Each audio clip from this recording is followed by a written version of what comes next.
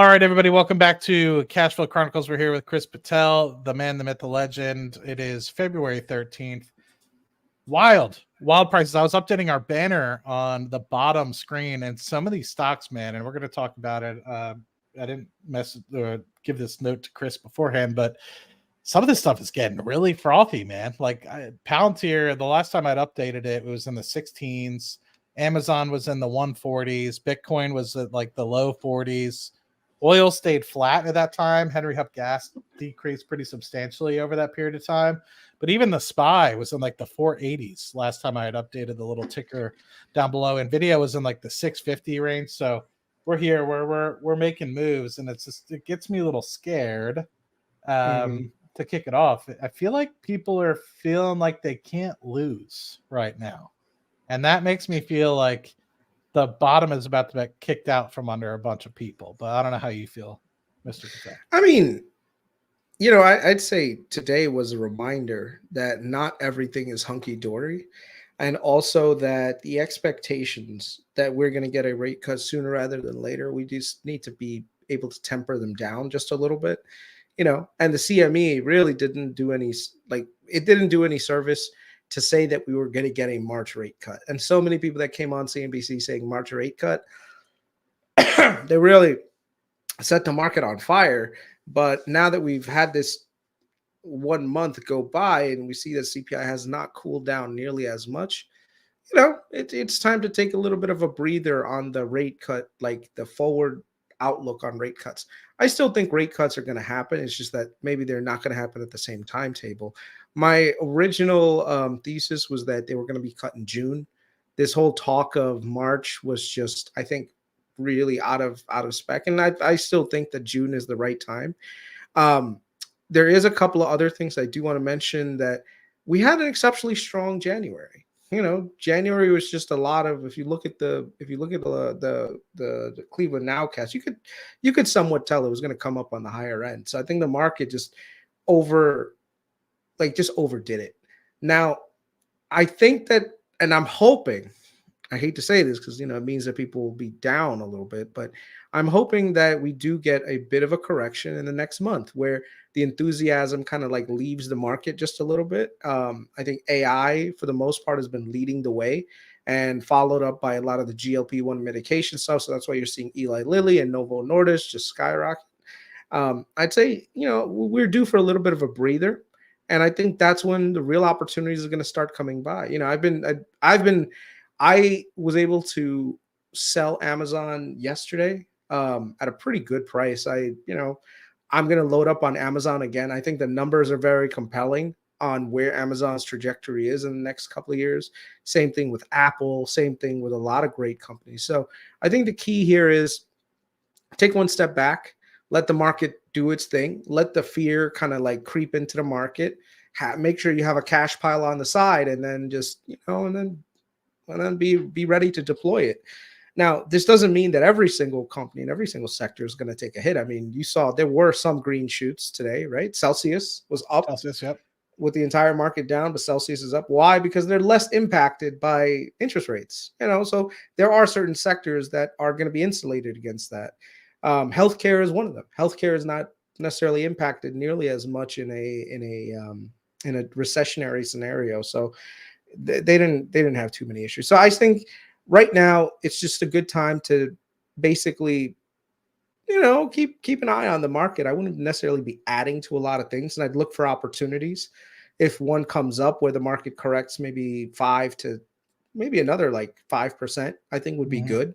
Today was what on the NASDAQ, 2% correction. It wasn't much. So yeah, I think another 5 would be good.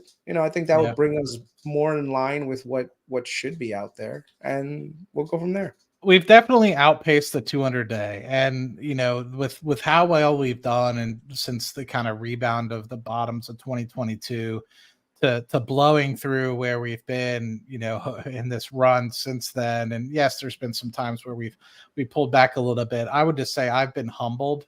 This February, I was really anticipating after the hammer kind of came down. Well, I guess it wasn't that much of a hammer. JP kind of pulled back a little bit on his, he used to be 2% means 2%. Now he's saying now if it looks like it's going towards 2%. So he lightened up a little bit on his verbiage. And so with that, I think people are getting a little bit more optimistic, but they're still pricing things like it's going to be cut in March. So I'm with you. I've never thought that piece for quite some time at this point, that I think things were running too hot. Jobs are doing too well, I think, although you are seeing some kicks in that direction. UPS laying off 12,000 people, a lot of or was it Fed? No, it was UPS. A lot of other companies started to lay off 1,000, 2,000 here or there, but you're not seeing mass layoffs, right? I at least from my perspective, from what I've seen in the past, at least maybe I'm biased because the oil sector hasn't really hit that point yet. We're still a little bit hot under the collar from with respect to that. It's not as hot as it was in late 2022 and throughout 2023. It's cooled off a little bit, but even still, I think we're still hiring at a pretty decent pace. But I do agree with your sentiment. I still think that there are opportunities throughout here, but it just doesn't make sense how the market has run as wildly as it has, was in the face of, kind of what we've seen, right? The recorrection of December inflation numbers upward by 0.1, the number coming in above 3% this time. To me, it just leans towards, maybe shrinking from what people were initially thinking, 5-6 cuts this year, closer to 3 or maybe even potentially 2 cuts this year. And I've kind of been like you, maybe not 100% sold on waiting till June before the first cut. But now I'd say with what we're kind of seeing, I think that's kind of what's in the books. I was still kind of holding a May timeframe. Potentially, I was never fully set on it. I was kind of in between May and June. But I would say I've been just humbled by the fact that the market continued to run the SPY or S&P specifically over 5,000 or 500 on the SPY. That humbled me for sure. I definitely thought we would get there in 2024, but to get there in February was surprising when I was kind of expecting this pullback. Now, maybe this number today of 3.1 versus 2.9 that was expected by pretty much every bank that was out there on the street will be the catalyst that does give that 5% pullback that you're expecting, that you mentioned, Chris. But to me, it's interesting. And the thing that I'm fearful of, and I'd love to get your opinion, I mentioned it to you a little bit earlier.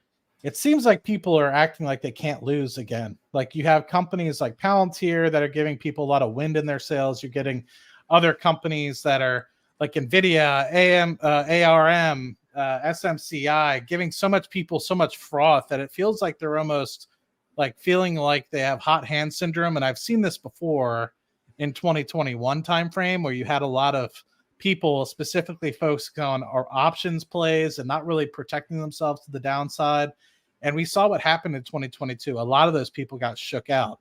And so I'm fearful that kind of continues. And a lot of people might not necessarily hedge themselves appropriately, stockpile some cash, like you mentioned, Chris, and they might end up on the wrong side of this thing when and if we do see a pullback like today, right? Use this as an example of what might continue to occur for the second half of February.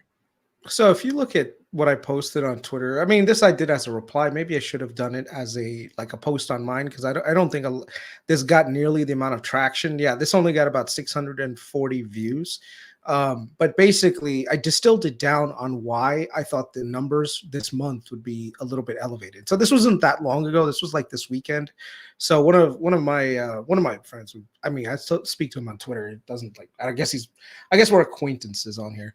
But basically, he just asked what do you think it's going to be in the month of February, 1 month out? And so this is my response to him. If you looked at the data that the Cleveland Nowcast was forecasting, you could see all throughout January, it was actually at an elevated rate, with the end of January actually elevating higher.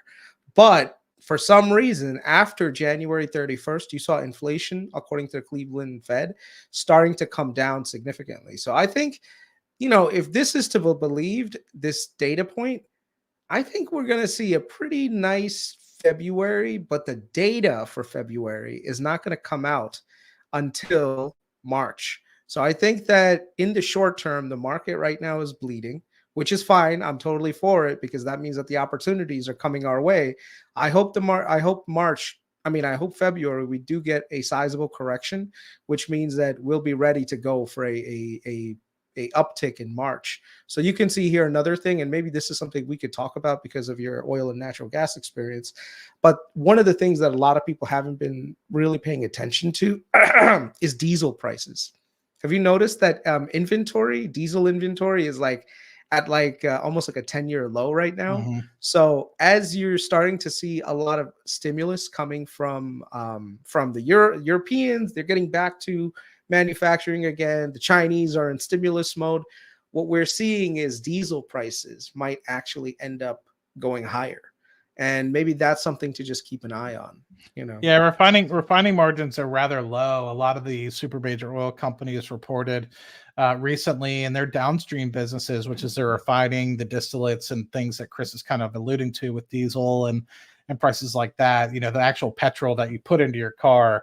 When we talk about gas prices, not the natural gas stuff that you heat your homes with, but the stuff you actually put in your car.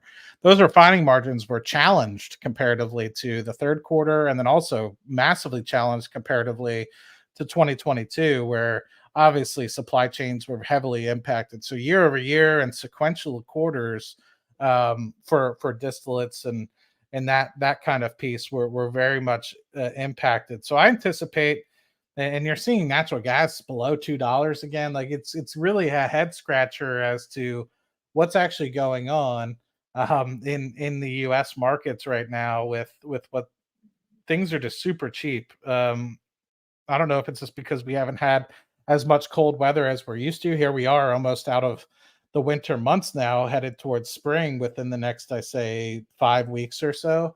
And we haven't had too many big blizzards. Yes, we had a little bit of a cool down here in Texas in the South, but we had like a week or two of pretty chilly weather up in the Pennsylvania area where a lot of my family and friends still reside. And I know, Chris, you got some chilled in Georgia during that time as well.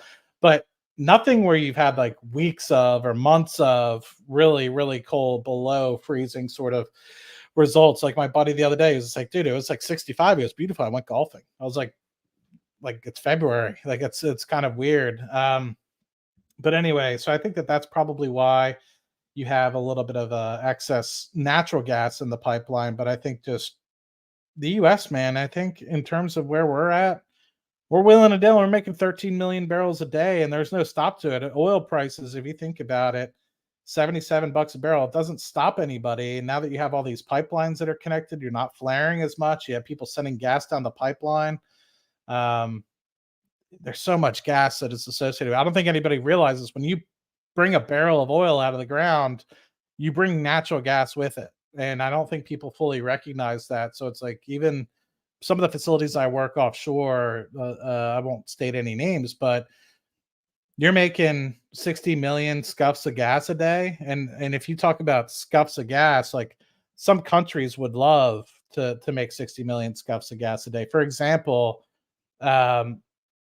Trinidad uses 250 million scuffs a day for their entire country's infrastructure, versus some of the facilities that we have in the Gulf of Mexico that I've worked have made over 250 million scuffs of gas a day, which is absolutely a crap ton of gas. Like what you use in your house is deca scuffs or like decatherms, like that's pretty much the extent of it. So you're using like fractions of what we produce on a day-to-day basis. So it's really interesting, but I won't dive too much deeper into the oil and gas space because I can nerd out for quite some time. But really interesting to see what happens with that space going forward. You're on mute, man. Another space we should take a look at as an inflation gauge is cars. I've been in the market to buy cars, and I mean, I have to buy a car. My father-in-law has to buy a car. One of the things that's been happening is dealer inventory is piling up, right? This leads me to believe that there's going to be heavy levels of discounting coming in April and May. I mean, based on the research that I'm doing, a lot of companies are overstocked with cars right now. They're willing to finance or do all crazy sorts of things. I made a really big mistake the other day. I went on Edmunds, right, to figure Mhm. out like, oh, what would be a good MSRP? What is a good invoice price on a car? So that this way, when I go in to, get a car, I'm negotiating with some, with some good information. And so one of the things that Edmunds makes you do is put in your contact information. So I said, okay, fine, whatever, it's Edmunds. I had no idea that they would sell my information Oh to gosh. every dealership in the state of Georgia around me anyway, like around like I think it was 100, 200 miles around me in a radius. And let me tell you, I have had nonstop voicemails and phone calls and emails. It's just been on another level, dude. It's crazy. It So was now, it was the absolute same when I was looking for homeowners insurance for this place. and I made that mistake. it's like, look at this. So now I'm not gonna put it on there, but like my entire phone is covered with Kia, like literally, because I'm looking for a Kia. I'm looking for a Kia Sorento because my father-in-law really likes that car. So I said, okay. So now every Kia dealership within 100 miles of me is calling me, trying to get my business. Now here's the thing. I'm gonna play this. I'm gonna get the best prices from each one and be like, okay, Yeah. hey, listen, your cousin down the street. Listen, he said it's gonna be like 2 G's less. I mean, are you gonna be able to give me that? Oh Hey no? man. Okay, that's fine. That's fine. Have a great one. I'll just go to him instead. And as I'm leaving through the door, I know the guy's gonna come to me and I'm gonna use that to leverage another guy, and I'm gonna use that Right. guy to leverage another one. Bro, I'm gonna play this like there is no tomorrow because I know how desperate they're gonna get. And also, I found out from a friend of mine who does work at a dealership. He's like the best time to go is usually right after tax season. Tax Oh, season. why though? Because I feel like you'd have more demand to fight against other people, or is it because that time between tax season and when June, July, the new models come out? Yeah, so it's the time where the older models that are just still on the lots have to go because the newer models have to come. The other thing is the longer these cars stay on the lots, the more it's costing the dealerships money. So if you see this Twitter post that I did, let me just show you real quick. And for Uh those of you guys that are hating on the Kias, man, when I was living in Trinidad, they gave me a Kia Sportage, and that thing, dude, that thing was killer. It's not as big as the Sorento. The Sorrentos are nice. I had a coworker. She had a dog, and she lived in a bigger community and had hills and bumps and stuff. So she got the Sorrento. But my Sportage, man, dude, I was a baller in that Sportage. That thing had a good sound system. It was cheap. If you're looking for a good quality car that's cheap, Dude, it's um, in terms of reliability, Kia's on the top, and like the yeah, styling is amazing. Like I yeah. don't know, it just looks really nice. But look at this. This is the new car inventory market, right? It's it's gotten to pre-pandemic levels now. So if you look at the data right here, so used cars are actually going down primarily because a lot of people are holding on to their cars. Right now, the financing is just killing everybody. So even if let's say you wanted to trade in your car to get a new one, the financing is so cost prohibitive. Most people are just saying, screw it, I'll just keep my old car, and just using it longer. So a lot of cars that because inventory had dried up. So a lot of the production in the automotive sector really got ramped up. And now there's a ton of cars sitting on the dealer lots. So now the dealers have to move these damn cars because it's costing them every day to keep them on there. And they're getting challenged because when they get the cars, they have to finance the cars. Right. So it's not like they get the car for free and then they Right. make a margin. They have to pay for the cars up front and do it that way. So now they're more likely to get a really good deal to one, push old inventory out the door, and like now, look at this. It's so funny that when I was at the dealership, because my father-in-law went for a test drive, it seemed like they were more interested in me trading my car than me buying a new car. And I know that sounds really weird. I don't know why that's the case. You know, Trading your car in versus buying it cash and selling it on your own, or what do you mean? so when I was saying like, oh yeah, I'm looking for a new car, blah blah blah, and then they were like, oh, but are you looking to trade in your car? And I was like, why? I'm here for a new car. Why are you trying to get me to trade in my old one? You know, like what's going on? And so they were like, oh yeah. If you really want to trade it in right now, we could get you some really. And I'm like, what the hell is going on here? I'm trying to buy a new car. And so I started looking for used cars. And what's funny, Matt, the price between a used car and a new car was not that big. Yeah. Like you would think that the used car would be so much more depreciated. It wasn't. I don't know what the reason for that is. So. For Kia specifically or other cars? Because I know that's one of the reasons why I bought a Tahoe, because Tahoes don't depreciate much in value either. Like you can find a Tahoe couple years old and it's only depreciated like 30 something percent. It stays, it's got its staying power for quite some time. And G-Wagons, if you want a car with staying power, the G-Wagon, man, that thing holds its value for sure. I don't know why people just love the G-Wagon, or if it's because of the tax benefits of buying one if you own a business because it's over 6,000 pounds or what have you. Yeah. I mean, it's interesting. Okay, but I did see some people talking about how you get better margins, etc. Gotcha. Okay, used cars are so expensive that okay, yeah, that's fine. That's what I'm saying. Used cars are so expensive that it just makes sense to buy a new car. Yeah, I think what it is they give you a crap. Generally, when you trade in, they give you a crap deal on your old car. And so it's like they get margin not only in the new car that they sell you, but they also get margin on the car that they're buying from you. So like, ooh, I don't know, we can only give you, because if you sell it private, you're gonna have to pay tax, etc., potentially on it. It's all that pain in the butt. So it just makes it easier if you just. It says if you trade in a used car when you buy a new one, you don't have to pay tax on it. You don't have to pay tax on what? The new car or the old car? Selling the old car. You always have to pay tax on the new car for sure. Yeah. Yeah, okay. You can't. Or maybe not. I don't know. I've never. Acura MDX. That's the one. Okay, it's my wife. That's my wife. Okay, the beep beep right there. She's like Acura MDX. That's the one that we saw also. So that's the one that is that what she's pulling for? That's the one that she's probably fishing for. Dude, I mean, those are nice, man. What I'll tell you is don't be like the rich people that I have at my office that are all buying the Beamers and the Mercedes. And I mean, buy yourself your forever home first and then come back. Yeah, that's exactly right. That's exactly right. I'd rather listen here, beep beep. Beep beep. That's right. Broke. Oh.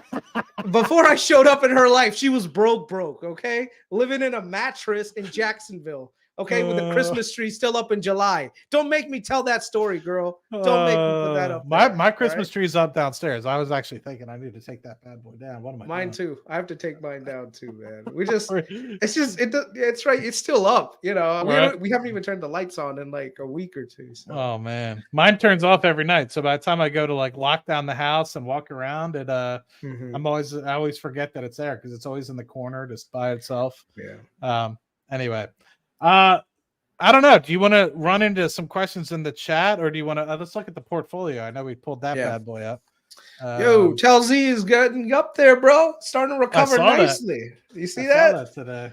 That's been one of our more successful trades. Yes, sir. Oh, wrong one. That's a little bit of StreamYardception there for y'all. Window. Here we go. This one should be. So not only did we get paid a nice little dividend, we got some capital appreciation now too. Yeah, so we got actually I should have sorted this by account value because right now it's an alphabetical, but you can kind of see like we're currently the portfolio we have like $1,600. We added a little bit more capital because we just got through January. So as always, all the money that we get from you guys watching always goes into this portfolio. So we're trying to hit 100,000 and grow it to 100,000. Overarching number, Chris, feel free to interject as you see fit. We're up 10% on the portfolio since kind of the October timeframe. So can't complain with that. Majority of the pieces are up. Some are flat. So TQQQ was up 60%, but that big dump today down 5% just in one day. Yeah. It gets you. And then Rocket Lab was down another 5%, 6% today, but it's still flat. Orsted, I've been thinking about selling this one, Chris. Not that I dislike it, but I feel like in the long term, I guess we just have to have a conversation. It's not a lot. It's only like what, $30. So can you make it bigger so other people can see? Can I? Can I zoom in? Freeform? Just press Control and scroll up. That should do it. No. So hold Control, hold it down, and zoom up and try that. I am trying to zoom in. It's not. Okay, whatever. Yeah. Sorry, all. What I can do is this. Okay. Hide me and Chris. It's probably better That's that fine. way. Anyway. ABCL. Actually, somebody asked about ABCL, so we could probably jump into that because that's going to have earnings coming up. I wouldn't expect much. I wouldn't either expect would I. There's nothing really. I mean, other than maybe some new partnerships, but I don't think they've really developed anything as of late. Yeah. Celsius, man, we bought up to 7 shares. That's 25% of the portfolio. We've been sniping. We never got the $50 mark, but every time it gets down to 50 odd bucks, we snipe it. Yeah, man. Yeah. So every time that comes down, and Verizon's looking okay. See, what's good is that our dividends are stacking up too. That's what I like, because that is giving us some flexibility. So right now we have almost $400, $450 in cash. Let's wait a couple of weeks to see if there's some opportunities where we can deploy a little bit. Right now, just the market's a little bit frothy. We can take a step back, But that NEXT position, Chris, I think we started with 1 share, and everything else since then has been all from dividends. Okay. So if you think about it, I mean, it makes sense, right? Because I think we're on track to make $60-$70 in a year in dividends right now, maybe a little bit more. But if you think about it, we've been at this a quarter, and we were able to put about $10-$15 into NEXT. So Brookfield is paying its dividend next month. So the X date is March 1st. So that'll be good for that one. Celsius has its earnings coming up in March. TellZ is a very interesting play, man, because I don't know if you've been seeing that they've been shopping around for a partner. So I think, like I said, they're twofold, right? Twofold for TellZ. So Tellurian, as Chris noted, they hired a financial guy to come in, and he's kind of like overseeing everything, but they also listed their Haynesville upstream assets. And so people think they're going to be able to get 700, 800 million for that. And those are quality assets. Like, for those people that don't really know about what the health of the Haynesville is. Haynesville is like northern Louisiana. Those things come on at like 20 to 25 million scuffs a day. Big boys. Like those things.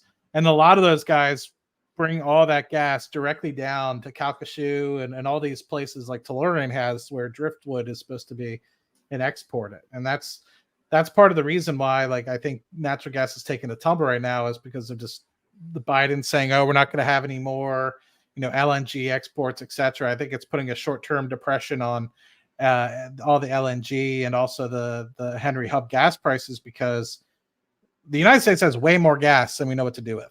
Like we can supply ourselves for hundreds of years on natural gas if we need to. And so what we have been doing is selling a lot of that to Europe. Well, if we can't sell it to Europe, we're just going to be sitting there. And what happens when you have too much supply? Flare. Right? Just flare it. Just flare. Yeah, but you can't do that because of all the net zero stuff that everybody's doing. Yeah. But unless I pull back. The other thing is, so there is one new stock that we should take a look at. Have you heard of On Holdings, like the shoe company? You did mention it about Boss Lady liking the shoes personally. Yeah. I think I was looking at it from a business standpoint. When it IPO'd, it looked kind of expensive, but dude, they have really been gearing up their business and they're doing really well. It's definitely worth looking at. Let me just bring up their last investor call. Hold on one second. Investor relations, not On Semi. So the thing that people get confused with a lot is On Semi versus On Shoes. So there's two different things. Very different. So let me just go to its quarterly reports. This is from 2022. So while you're picking this up, this is a hard question, because each of these is in a very different state, right? Like Dutch Bros actually makes money. I don't really know about Enovix. ABCL is kind of interesting pre-revenue, long-term sort of play.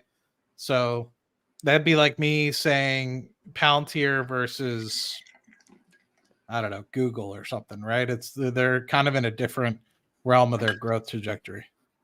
Mm-hmm. Not saying it's bad. It's just Yeah, on cloud. That's what it's called. So this company makes shoes. Okay, let me just be very, very quick with a description of it. They make running shoes and Yeah. basically shoes that you can wear every day. If you've ever seen anyone like work in healthcare, a lot of them are wearing these goofy ass shoes. In my opinion, they're goofy as hell, but my wife really loves them. Supposedly they're really, really comfortable. So I'm like, okay, whatever. Now here's the thing: they are on the upper end of the cost, but you know, this is one of those areas where it's not a commodity. It's actually a differentiated product where once you build up some brand loyalty, people really will go for it. Yeah. What's really interesting is look at their growth rate. Okay, so last year in the same quarter in September, because this is from Q3, um, look at the growth rate. They almost grew by $100 million in gross profits. They almost grew their top line 46%, right? Yeah. Cost of sales was 46. So you can see here, they've already started generating net income. So the first 9 months, they've generated close to 100 million in income at 33 cents. There's a lot of things to go here. They're moving from a more direct to consumer to like a more wholesale slash, so they have a very good product that I think is resonating with a lot of young people, right? I know a lot of nurses, they love this thing. Now, what surprised me is that the number of people going to this and switching from Nike is actually very high. Like Nike and Reebok and Adidas are like the main guys behind this, but these guys are really carving out a niche that's under it's not being valued as much. And I think there's actually some tennis stars and everything else that are like, what are they called, like brand sponsors. Hold on 1 second. Was it Djokovic or Federer or someone like that? So it is CHF, which is Swiss francs, right? So I just want people to recognize, but it's pretty close to the US dollar. So Yeah. I just wanted to double check. The thing that you brought up, Chris, that was most surprising for me in 3Q, which if this is something I end up looking at or we continue to talk about in the future, I'll be looking at their net margin. I was surprised. The third quarter had like, what is it, 12% net margin, which is impressive. The full year to date was 8% margin. So for a company that's pretty young, 8% margin is not awful. And it looked like it grew, knowing that the revenue grew, 40 something percent, like you stated, year over year, but the net income grew over 100%. So that just goes to show that the margin itself is also increasing for the organization. And so I'm curious to see where it kind of tops out at. It's all about scale, man. Once you hit these crazy numbers, dude, the rest of it is just branding and it just scales up like there is no tomorrow, So I think they've really hit a niche, and I think that niche is growing by the day. So I mean, this is not in my opinion, the best play right now is Celsius, but I'm not going to talk about that too much. We already spoke about that like there's no tomorrow already. Yeah, we don't want to become Celsius daily as much as we joke about it, but we'll talk about more of that. We'll see if we can live stream that on the 28th. You might not be awake, but I might see what it looks like and see if we can get something like that. Yeah. But I'm curious, what other companies have so Shopify just reported that did not go well for people. I didn't have an opportunity to look into it. I'm trying to think what other companies reported as of the last week or so that I kind of am looking forward to. I know Robinhood reported today. You guys touched on that in Finance Junkies, so I don't want to beat that with a dead horse or beat a dead horse. What else is there? Hoka shoes. That's the other one. There's one of the other ones that are very similar are Hoka. Yeah, that's what I wear those. I'm a bigger dude, so the support and a lot after a couple months, and my buddy was like, dude, I wear these, and he like swears by them religiously. And he's just a tall guy. He's not as big as I am or anything like that, but he's like, dude, try these out. And I did, and I bought 2 pair. I think they're pretty dope, and like surprisingly, they're very similar in terms of like the support that you get on the soles. So it's kind of like you're walking on a cloud a little bit. It's kind of interesting. Yep. So I'm trying to think what other stocks, man. I mean, other than Palantir and writing cover calls on that, I'm not really. You know, I took doing a much. short. You know, I took a short position on Palantir, right? Yeah, and I honestly think that you were right to do so. Normally, after these sorts of run-ups for Palantir, it does pull back pretty substantially. So the fact that it's been hanging out above 24, below 25 is very surprising. I mean, I think it's because there still is a lot of positivity and a lot of euphoria behind the name. But today was a little bit of a reflection. It was down almost 4% today, and at one point, I think it was actually down a little bit lower. But I think that it'll get down. I think it retraces back to the 16 to 18 level. So what I ended up doing was selling the that deep. 16. Okay. Yeah. I mean, it's an estimate.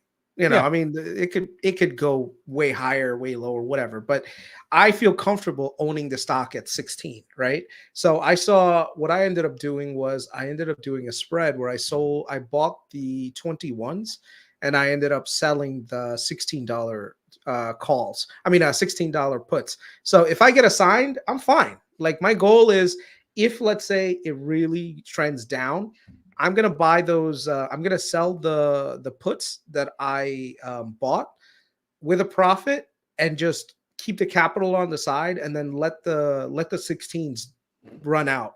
If they get assigned to me, they get assigned to me. I don't care.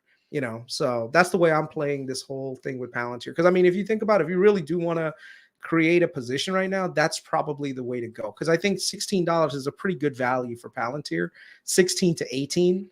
You know, so if people are looking to generate some level of return, I think with a $16 price tag of Palantir, you can't go wrong. So we'll see what happens. Yeah, I think at 16, when you start looking, looking at fiscal year 2025, what's it actually going to generate in terms of free cash? I mean, at that point, a 16 to $18 price tag, it's a little bit closer to fair value versus what you're paying for today, close to $58 billion in terms of market cap. I mean, maybe it's down to 55 again after the recent slight pullback, today, but it just doesn't make sense. I mean, at best next year you're going to make $1 billion in cash flow from operations, and just not cash flow from operations, adjusted free cash flow, right? So that's inclusive of interest income and things to come with respect to that. So I don't know. It's a little bit run up. Maybe you do see that reacceleration, which might help you in the long term, but I don't see it breathe. So I'm with you. I think the put spread is not that bad of an idea. I'm trying to think if there's anything else in my portfolio that TFC and SLG. So let me talk about both of those. TFC regional bank, I think still going to do very well next year. I think this inflation report came out and basically pushed the Fed to say, pretty much push the outlook on when rates are going to be cut, maybe a few months forward, right? And I think that's why a lot of these regionals sold off. This is a strong bank. They're fine. You're still getting a really good dividend on it. So if you own the stock, you're good. Don't worry about it. These are the fluctuations that you'll see in the market. Structurally, there's nothing wrong with a lot of the they're referring to the 5% pullback today. Yeah. So it's whatever. I wouldn't worry about that too much. Now, if it drops down to 30, but best believe I'm going to be adding some call spreads again, just like I did, and make some money again. So just letting y'all know, my forecast is we are definitely going to get rate cuts next year. And when we do get rate cuts, this thing will run, right up again. SL Green, same situation. SL Green right now benefits from a higher occupancy rate that's coming down the line. So we can already see a lot of businesses are already saying 5 days a week, get your asses back to work. But the debt that they have is a vulnerability. So a lot of people are saying, oh, maybe I don't want to be in the CRE space. So I think that there's still tremendous amount of value in SL Green. They're not going anywhere. So the only thing I would say is that if they start to go down more, just use that as an opportunity to buy, not necessarily sell anything. They're going to be fine long term. And by the way, maybe those are the ones that we want to add to the portfolio if we do get if we do get a meaningful pullback, in the next couple of weeks. I'd be okay with it, man. I mean, I often think about that. I often think about when is appropriate to add to an SLG position. And actually, believe it or not, one thing that I was surprised about, so I'd like to hear your thoughts about this one. Believe it or not, someone's like going margin all in. Margin all in, man. Patel Capital. Disney has been on a rather interesting 15%, maybe closer to 20% run. I never sold, and it's not really a big enough a position for me to like really micromanage. I had 200 call contracts with Disney. Did you really? I sold it the day that they started beefing. Were they 25s? What were they? I think they were 25s. Let me double check. I lost money on them for selling, but whatever, dude. Yeah, it don't matter. But you know what though? That capital that got freed up, I was able to put into Verizon and actually did better. So it's not like I lost money on it, but I mean I lost money on it like per se, but technically the capital that I deployed somewhere else made me. It's all opportunity cost, right? It's all potential, right? And people talk about this, and sometimes I hate myself because I'm more of like it's not done yet. So like for example, I'm not selling Palantir. I'll sell covered calls, make a little bit of money, but not nearly enough, right? But to me, I mean, the smart thing, if I was smart enough, which I just haven't gotten there yet, is I would probably sell here, wait for that pullback, and then add in my capital that I had, in it, and let it ride back up, because I feel like it'll eventually get back there. It's actually a very safe play to do so. I just, for some reason, I'm fearful that it's happened to me 2 times, and this is once again where it's emotions that I probably need to get out of my system. But it's like I've had so many times where I've sold for a profit, waiting for a pullback. And what stock? Many a times, just over the past 10 years. One, for example, being Union Pacific, where I was just like, I'm up 100%. Let me sell, and I'll get back in on a pullback, a meaningful pullback. You forget about the stock. There's 3,000 that you're probably glancing at over the course of a year, through the ticker symbols and everything like that. And, you probably have your main 50, and it just falls out of rotation. And, next thing you know, you're like, shit, like you took it. Like, for example, Tesla is a good example, maybe of a more recent one, where you see it drop down, in the 80s or 90s, in 2023, and you're like, I need to buy it. And you're like, okay, let me think about it. Let me get the capital ready. And next thing you know, the next week, you're like, you completely forgot about the buy order. And next thing you know, it's already up to $130 again. And you're like, shit, I missed the boat. Or same thing with what happened with Meta when it was dipping below 100, and I was too busy buying Google and Amazon, right? I was like, I knew it was a screaming buy. I didn't think it was going to zero, so I wanted to buy it. And luckily you and Vitaly did. But it's things like that where sometimes you take your eye off the ball. And if you do, sometimes you miss out. So my fear is sometimes you have good companies, just let them ride and don't deal with all the tax headaches.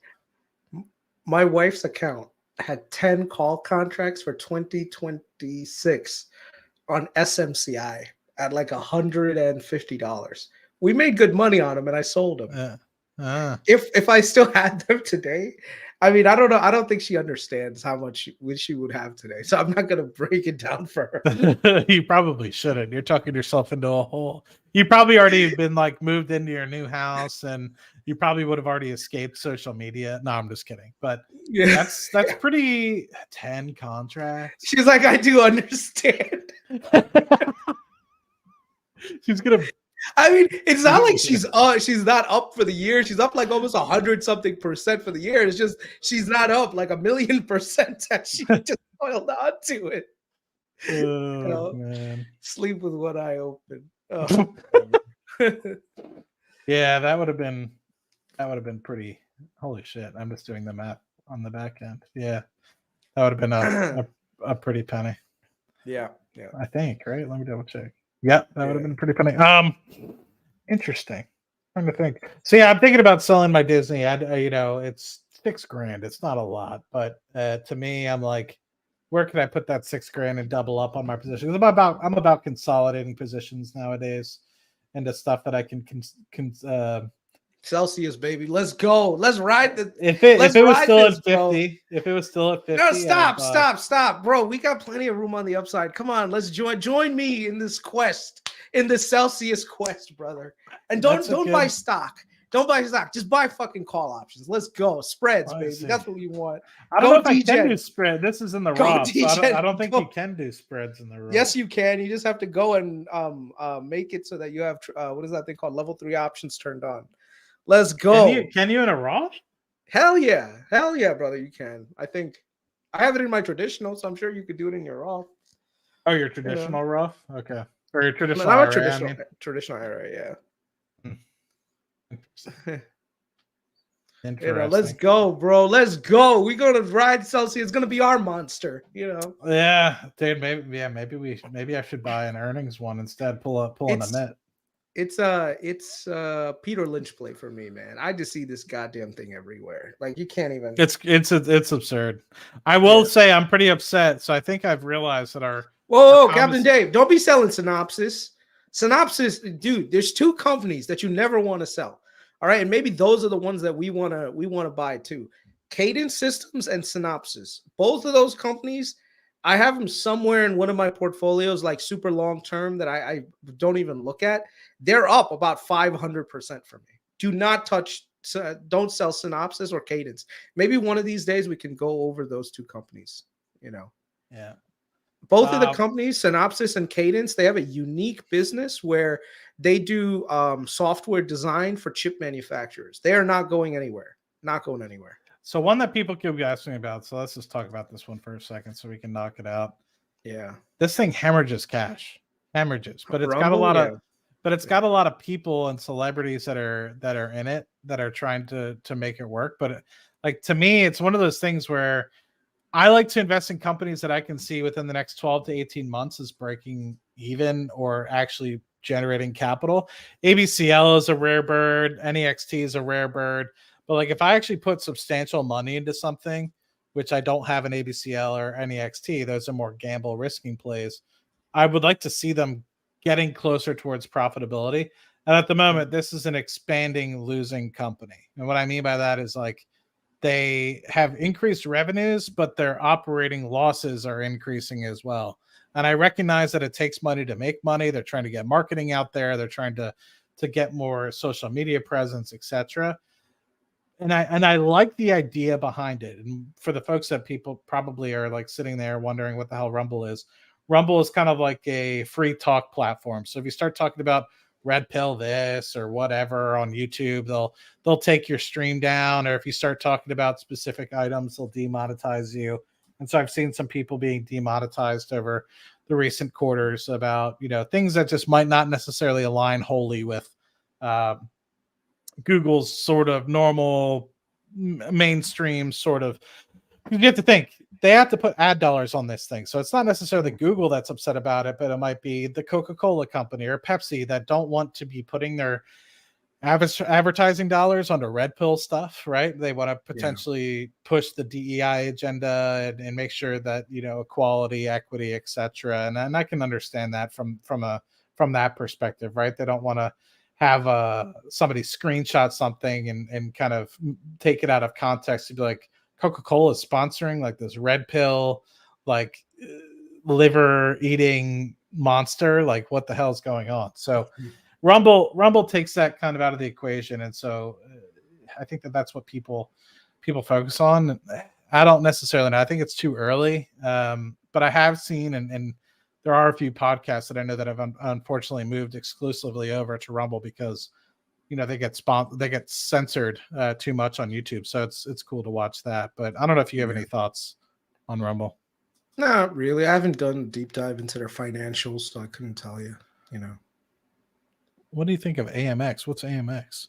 Oh, and Michael, for what you asked earlier, what happened to have the market pullback? CPI, which is inflation for January, was at 3.1 versus the 2.9 expected, meaning the rest of the year pushes back in terms of interest rate cuts and everything like that from the Fed. And that's pretty much, for those of you that, we had some people join in, 121 of you. Thank you for joining us. That's really the reason why you had this pullback. And like what Chris was talking about with TFC, SLG, those are very interest rate heavy plays. Very dependent upon interest rates getting cut, and they'll probably moon when cuts get closer and closer. So that's part of the pullback as well. So Vornado's another one we should take a look at too. Vornado's the second one for New York City. They do have some I think LA and Chicago exposure, but they're pretty good too. So Vornado was down. Let me see today. So Vornado's VNO, you know. So Yeah, no. all right, I think we could end it there. We could see, I Yeah. don't know much about AMX, so I don't even know what AMX is. Yeah, AMX, yeah, I'm not sure. So couldn't tell you. Cool. All right. Well, if anybody has yet to check out Chris's Patreon, feel free to give that a chat. And look, you still have spots open, huh, Chris? I think Closing it so. I down. think I Yeah. may have. So link is in the description down there. We talk a good bit in the chat. So if you guys are interested in hearing what Chris and I have to say when we have available time, just tag us in the Discord. I like I'm in there. Patrick. I like Patrick. What he said. MAA is good too. That's multi. I think that's multifamily. Middle American Properties. Let me just double check. Yeah, MAA is Mid American Apartment Communities. Yeah, I never looked at that one. So that one's way we'll talk more about that. We'll talk more about that. There could be a somewhat of a correction in multifamily, but it all depends. What the reason why I say that is because a lot of multifamily inventory has been added over the year, so I'm not sure how much more the rents can go up, and we have to really take a deep dive into their occupancy levels. So we'll see. We'll see. I haven't looked at them in some time, but we could take a look. Very good. So yeah, anybody that's interested in hearing Chris's 2D, he just put something out on Amazon. Celsius, he put his place up there. So I'll talk more about Apple. I'll talk more about Apple on our next Cashflow Chronicles tomorrow, because there is some things that are happening on the back end for Apple that are worth exploring. The car, or just other things, or no. So the Vision Pro? I think a lot of it is moving from more like stable top line revenue to growth. And the thing is, there's a lot of bullish cases to be made for it. I think that this pullback that we're going to get in the next, like I said, maybe this month, maybe next month, I don't know, will be a good time to add. I started buying some calls, like very few calls, but my goal is to buy some calls for Apple for 2026, because I think that they're going to have a really phenomenal growth year this year and probably next year. And majority of it is on the back of AI, which a lot of people don't even associate Apple with AI, but what they really don't necessarily take a look at, and this is something that my next Patreon post is going to be about, is how Apple is just been gobbling up all these smaller AI companies so that this way they can integrate AI into their next generation of phones, which means that the next generation of phones are going to have a crazy amount of demand. I was originally going to buy the 15 because my phone's starting to, like not feel as good and the battery life is there. But I'm like, you know what? I'll just wait for the next generation, which I get an AI powered Siri, because this Siri is useless. I don't know about how you feel about your phone. Siri, I have the XR. The screen's all messed up on this thing too. So I'm waiting for the 16, because that's the one. If it comes with the AI powered Siri, bro, I'm in it. Today's Apple Nvidia news told me that I think this is ready to go, where you could run an LLM off of a local phone, right? So now what happens? You just download the model, you install the model on the PC or computer or endpoint that you have, and then you could just run it from there. And I think that would be amazing. So that'll be interesting. And if our boys over at on Tavis's channel for, what is it called? Crap, I forget what it is.